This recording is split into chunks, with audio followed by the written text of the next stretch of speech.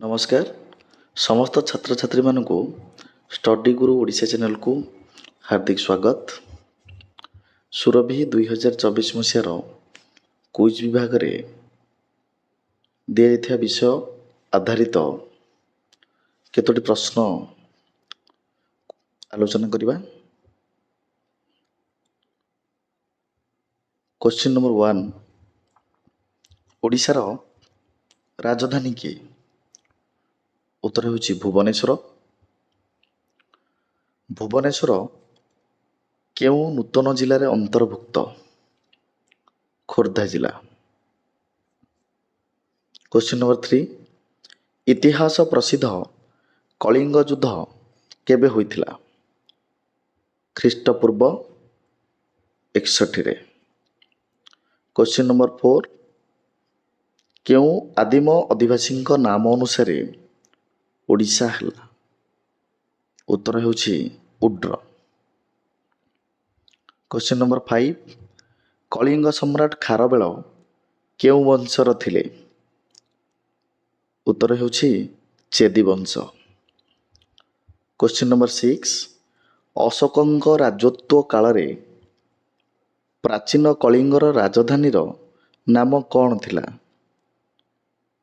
ଉତ୍ତର ହେଉଛି ତୋଷାଳୀ। ପରବର୍ତ୍ତୀ ପ୍ରଶ୍ନ, ସମ୍ରାଟ ଖାରବେଳ କେଉଁ ଧର୍ମରେ ଅନୁପ୍ରାଣିତ ହୋଇଥିଲେ? ଉତ୍ତର ହେଉଛି ଜୈନ ଧର୍ମ। ପରବର୍ତ୍ତୀ ପ୍ରଶ୍ନ, ସମ୍ରାଟ ଅଶୋକ କେଉଁ ଧର୍ମରେ ଅନୁପ୍ରାଣିତ ହୋଇ ଚଣ୍ଡାଶୋକରୁ ଧର୍ମାଶୋକରେ ପରିଣତ ହୋଇଥିଲେ? ଉତ୍ତର ହେଉଛି ବୌଦ୍ଧ ଧର୍ମ। ପରବର୍ତ୍ତୀ ପ୍ରଶ୍ନ, ଚତୁର୍ଥ ଶତାବ୍ଦୀରେ କେଉଁ ରାଜବଂଶ ଓଡ଼ିଶାର ଉପକୂଳବର୍ତ୍ତୀ ଅଞ୍ଚଳରେ ରାଜତ୍ୱ କରୁଥିଲେ?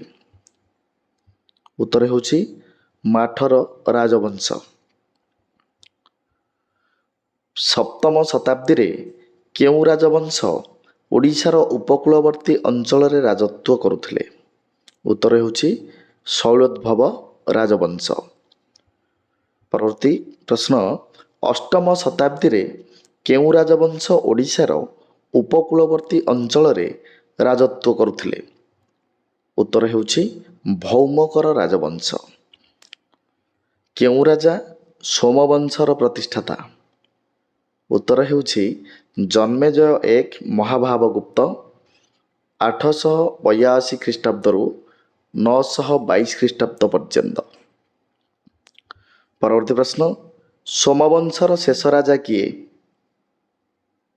ଉତ୍ତର ହେଉଛି ସୁବର୍ଣ୍ଣକେଶରୀ।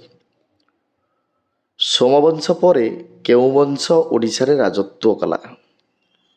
ଉତ୍ତର ହେଉଛି ଗଙ୍ଗବଂଶ। ଗଙ୍ଗବଂଶର ପ୍ରତିଷ୍ଠାତା କେଉଁ ରାଜା?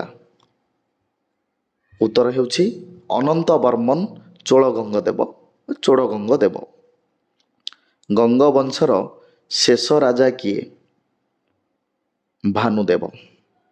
ଗଙ୍ଗବଂଶ ପରେ କେଉଁ ରାଜବଂଶ ଓଡ଼ିଶାରେ ରାଜତ୍ୱ କଲା? ସୂର୍ଯ୍ୟବଂଶ। ସୂର୍ଯ୍ୟବଂଶର ପ୍ରତିଷ୍ଠାତା କେଉଁ ରାଜା?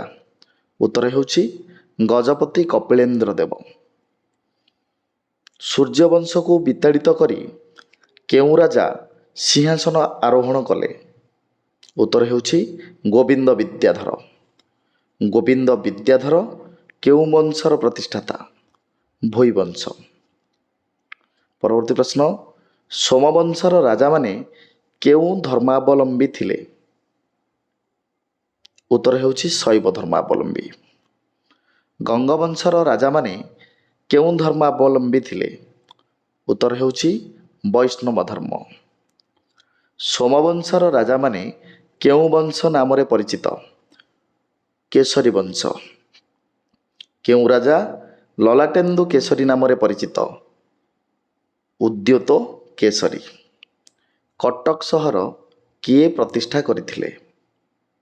ନୃପକେଶରୀ। କେତେ ଖ୍ରୀଷ୍ଟାବ୍ଦରେ କଟକ ପ୍ରତିଷ୍ଠିତ ହୋଇଥିଲା? ଉତ୍ତର ହେଉଛି 999 ଖ୍ରୀଷ୍ଟାବ୍ଦ। ଭୋଇ ବଂଶକୁ ବିତାଡ଼ିତ କରି ଶେଷ ସ୍ୱାଧୀନ ହିନ୍ଦୁ ରାଜା ରୂପେ କିଏ ପରିଚିତ ଥିଲେ?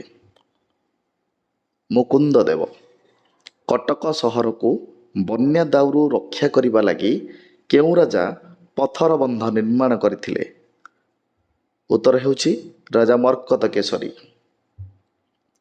ଚୌଦ୍ୱାର ଦୁର୍ଗ କେଉଁ ରାଜା ନିର୍ମାଣ କରିଥିଲେ? ଉତ୍ତର ହେଉଛି ଯଯାତି କେଶରୀ। କଟକର ପୁରୁଣା ନାମକରଣ କ'ଣ ଥିଲା? ବାରାଣସୀ କଟକ। ପୁରୀର ଜଗନ୍ନାଥ ମନ୍ଦିର କିଏ ନିର୍ମାଣ କରିଥିଲେ? ଉତ୍ତର ହେଉଛି ଅନନ୍ତ ବର୍ମନ ଚୋଳଗଙ୍ଗ ଦେବ। କୋଣାର୍କର ସୂର୍ଯ୍ୟ ମନ୍ଦିର କିଏ ନିର୍ମାଣ କରିଥିଲେ? ନରସିଂହ ଦେବ ଏକ। ଓଡ଼ିଶାର ପ୍ରାଚୀନ ବନ୍ଦରର ନାମ କ'ଣ ଥିଲା? ତାମ୍ରଲିପ୍ତ। ବିରଜା କ୍ଷେତ୍ର ଯାଜପୁରରେ କେଉଁ ରାଜା କନୌଜରୁ 10,000 ବ୍ରାହ୍ମଣ ଆଣି ଏକ ଯଜ୍ଞର ଆୟୋଜନ କରିଥିଲେ? ଦ୍ୱିତୀୟ ଯଯାତି କେଶରୀ। ଓଡ଼ିଶାର ଶେଷ ସ୍ୱାଧୀନ ହିନ୍ଦୁ ରାଜା ମୁକୁନ୍ଦ ଦେବ କେତେ ମସିହାରେ ବଙ୍ଗର ନବାବ ସୁଲତାନ ସୁଲେମାନ ଖାଁ କରାଣୀଙ୍କ ଦ୍ୱାରା ପରାଜିତ ହୋଇଥିଲେ? 1568 ଖ୍ରୀଷ୍ଟାବ୍ଦରେ। ରାମଚନ୍ଦ୍ର ଦେବ ଖୋର୍ଦ୍ଧାରେ ଯେଉଁ ନୂତନ ରାଜଧାନୀ ନିର୍ମାଣ କଲେ ତାର ନାମ କ'ଣ ଥିଲା? ଜଗନ୍ନାଥ। ଗଙ୍ଗବଂଶର ପତନ ପରେ ପଶ୍ଚିମ ଓଡ଼ିଶାରେ କେଉଁ ରାଜବଂଶ ଶାସନ କଲା? ଚୌହାନ ବଂଶ। ସୂର୍ଯ୍ୟବଂଶର କେଉଁ ରାଜା ଦକ୍ଷିଣ ଭାରତର ବିସ୍ତୀର୍ଣ୍ଣ ଅଞ୍ଚଳ ଜୟ କରି ଶେଷରେ କୃଷ୍ଣା ନଦୀ କୂଳରେ ମୃତ୍ୟୁବରଣ କଲେ? କପିଳେନ୍ଦ୍ର ଦେବ। ଓଡ଼ିଶାର କେଉଁ ରାଜାଙ୍କୁ ବିଜୟନଗର ରାଜା ସାଲୁଅ ନରସିଂହ ଚଣ୍ଡାଳ ବୋଲି କହିଥିଲେ? ରାଜା ପୁରୁଷୋତ୍ତମ ଦେବଙ୍କୁ। କାହିଁକି ସେ ଚଣ୍ଡାଳ ଆଖ୍ୟା ଦେଇଥିଲେ? କାରଣ ପୁରୀର ରଥଯାତ୍ରା ସମୟରେ ପୁରୁଷୋତ୍ତମ ଦେବ ରଥ ଉପରେ ଛେରା ପହଁରା କରୁଥିବାରୁ। ପରବର୍ତ୍ତୀ ପ୍ରଶ୍ନ, ପୁରୁଷୋତ୍ତମ ଦେବ ତାଙ୍କଠାରୁ କି ପ୍ରତିଶୋଧ ନେଇଥିଲେ? ଉତ୍ତର ହେଉଛି ସାଲୁଅ ନରସିଂହଙ୍କୁ ଯୁଦ୍ଧରେ ପରାସ୍ତ କରି ତାଙ୍କ କନ୍ୟା ପଦ୍ମାବତୀଙ୍କୁ ବିବାହ କରିଥିଲେ। ପରବର୍ତ୍ତୀ ପ୍ରଶ୍ନ, କେଉଁ ରାଜବଂଶର ଶାସନ କାଳକୁ ଓଡ଼ିଶା ଇତିହାସରେ ସୁବର୍ଣ୍ଣ ଯୁଗ ବୋଲି କୁହାଯାଏ? ଉତ୍ତର ହେଉଛି ଗଙ୍ଗବଂଶ। ଶ୍ରୀ ଚୈତନ୍ୟ କେତେ ଖ୍ରୀଷ୍ଟାବ୍ଦରେ ଓଡ଼ିଶା ଆଗମନ କରିଥିଲେ? 1589। ଭୁବନେଶ୍ୱର ନିକଟରେ କେଉଁ ସ୍ଥାନରୁ ଏକ ବିରାଟ ଦୁର୍ଗର ଧ୍ୱଂସାବଶେଷ ଆବିଷ୍କୃତ ହୋଇଛି? ଶିଶୁପାଳଗଡ଼।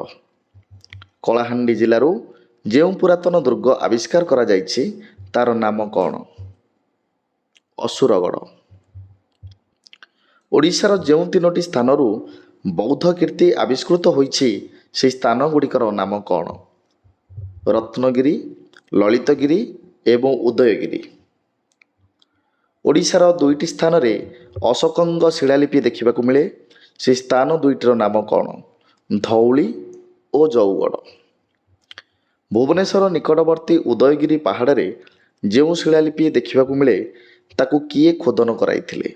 ସମ୍ରାଟ ଖାରବେଳ। ତାହା କେଉଁ ଭାଷାରେ ଖୋଦିତ ହୋଇଛି? ପାଲି ଭାଷା। ଖଣ୍ଡଗିରି ଓ ଉଦୟଗିରିରେ ମୋଟ କେତୋଟି ଗୁମ୍ଫା ଅଛି? 117ଟି। କେତେ ମସିହାରେ ଓଡ଼ିଶା ବିହାରରୁ ଅଲଗା ହୋଇ ଗୋଟିଏ ସ୍ୱତନ୍ତ୍ର ପ୍ରଦେଶ ହେଲା?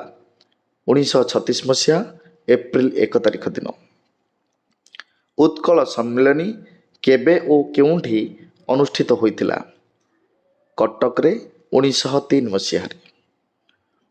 ଉତ୍କଳ ସମ୍ମିଳନୀ ପ୍ରଥମ ଅଧିବେଶନରେ କିଏ ସଭାପତି ଥିଲେ? ମହାରାଜା ଶ୍ରୀ ରାମଚନ୍ଦ୍ର ଭଞ୍ଜଦେବ।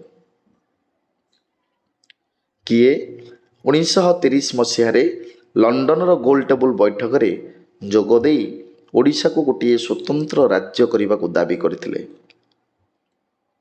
ମହାରାଜା କୃଷ୍ଣଚନ୍ଦ୍ର ଗଜପତି ନାରାୟଣ ଦେବ।